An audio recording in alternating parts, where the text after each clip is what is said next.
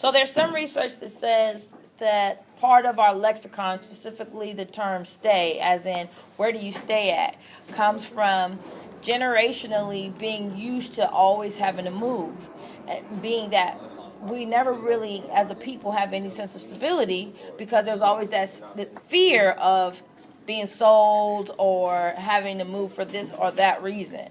So a lot of the things that happened then, which still isn't even 200 years ago from that it ended, I still see some effects of it now. Okay, and do you believe, or do you know of any narrative accounts of a slave being tortured? And if so, how have that affected you? The first thing that comes to mind is Harriet Jacobs' incidents in the life of a slave girl. Although she was never tortured, she talks about watching other people be tortured. And part of the reason why she wasn't was because her master was obsessed with her sexually and wanted her to be protected. Oh, but I should say, though, she was never tortured, but the master's wife beat her severely several times because she knew that the master was raping her on a regular basis. Do you believe that African Americans are still being punished today? If so, how? Punished by who? Punished by government system, punished by those in authority, indirectly or directly, covertly or overtly. Okay. Well, we don't generally come from generational wealth either. Mm-hmm. There are still people who in 2016 will be first generation college students. Mm-hmm. You look at entitlement programs that are promoted as if they're the end all be all, but they're basic programs.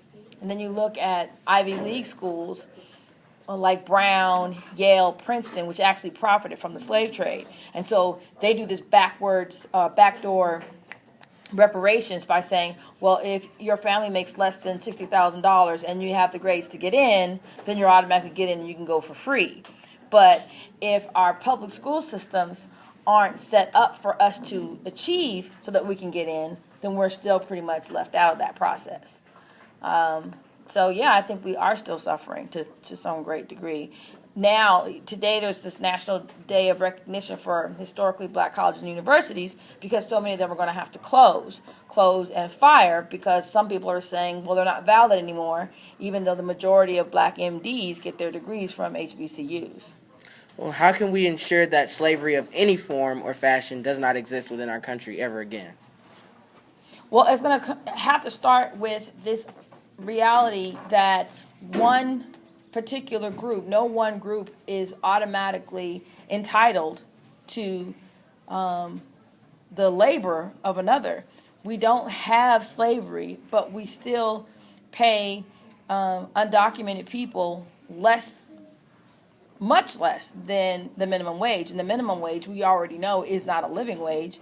And so I think that's still coming from, well, I need to have more than anybody else. So in order for me to have more, then I'll subject someone else to less. Thank you so much for your time, Ms. Charles. We appreciate the interview. You're so very welcome. That's $50.